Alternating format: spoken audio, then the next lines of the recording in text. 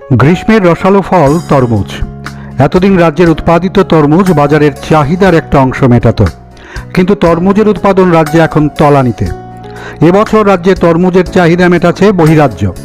বহিরাজ্যের বেঙ্গালুরু, আসাম, কোচবিহার, বাংলাদেশ থেকে আসছে তরমুজ। কিন্তু প্রশ্ন হলো, এতদিন রাজ্যের রসালো ফল চাহিদা মেটাতো, এবার কেন তলানিতে? তার কারণ হচ্ছে দপ্তরের উদাসীনতা। রাজ্য সরকার চাইছে আত্মনির্ভরশীল হোক কৃষকরা, কিন্তু তরমুজ চাষিরা আত্মনির্ভরশীল হতে পারলেন না। কেন এমন হলো? একসময় খোয়াইয়ের আসারামবাড়ি সহ সীমান্ত এলাকায় চুটিয়ে তরমুজ চাষ হতো। দক্ষিণ জেলা তরমুজ চাষের জন্য বিখ্যাত ছিল। তরমুজ চাষে কৃষকরা উৎসাহ দেখায়নি, তার কারণ হচ্ছে দপ্তরের উদাসীনতা। ঠিকমতো বীজ সার দেওয়া হয় না, জমিতে নেই জলসেচের ব্যবস্থা। আত্মনির্ভর ত্রিপুরার বাজারে সব বহিরাজ্যের তরমুজ। মুখ ফিরিয়ে নিয়েছেন রাজ্যের চাষিরা। তরমুজ বিক্রি হচ্ছে ৪৫ থেকে ৫০ টাকা কেজি দরে। বেঙ্গালুরুর তরমুজে ভরে গেছে রাজ্যের বাজার।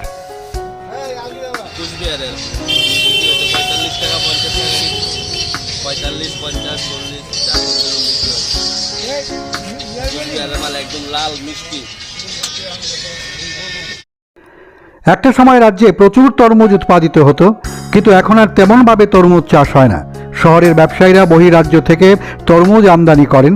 তারাই বলছেন, বহিরাজ্যের তরমুজ রাজ্যে উৎপাদিত তরমুজের মতো রসালো হয় না।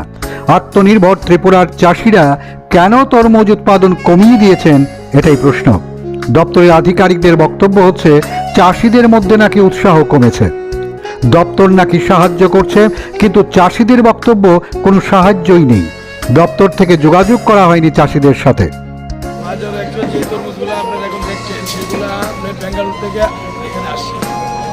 এপ্রিলটা তো দেখুন আজ থেকে ৮-১০ বছর আগে তখন ছিল, কিন্তু এখন না বরাবর হয়ে গেছে। কারণ এটার একটাই কারণ, আমরা যতটুকু জানি, তরমুজটা যেই মাটিতে হয় বা যেই জমিতে হয়, সেই জমিতে পরপর ২ বছর বা ৩ বছর হওয়ার পরে ওই মাটিতে আর তরমুজটা হয় না। তার দরুন কৃষকরা এটাতে লাভবান হয় না দেখে নতুন নতুন জায়গাও সন্ধান করে না, আর এটার দিকে নজরও দেয় না। তাদের অন্য কোনো ফসলের দিকে তারা নজর চলে যায়, তরমুজটার দিকে তারা টার্গেট করে না। তরমুজ বলতে আমরা লাল রঙের জানি, কিন্তু আধুনিক কৃষি গবেষণার কাজে যুক্ত কৃষি গবেষণা উদ্ভিদ প্রজননবিদদের অন্যতম একটি আবিষ্কার হচ্ছে হলুদ রঙের তরমুজ, অর্থাৎ ভেতরের খাবার অংশ লালের পরিবর্তে হলুদ রঙের। এটা মূলত লাইকোপিন নামক পিগমেন্টের জন্য তরমুজ, টমেটো ইত্যাদির রং লাল হয়। এই উৎপাদনটি বা এই উপাদানটি হলো অ্যান্টিঅক্সিডেন্ট। মোট কথা হচ্ছে, নতুন নতুন গবেষণা হচ্ছে, কিন্তু কৃষকদের সচেতন করা বা তাদের উৎসাহিত করার কোনো চেষ্টাই নেই।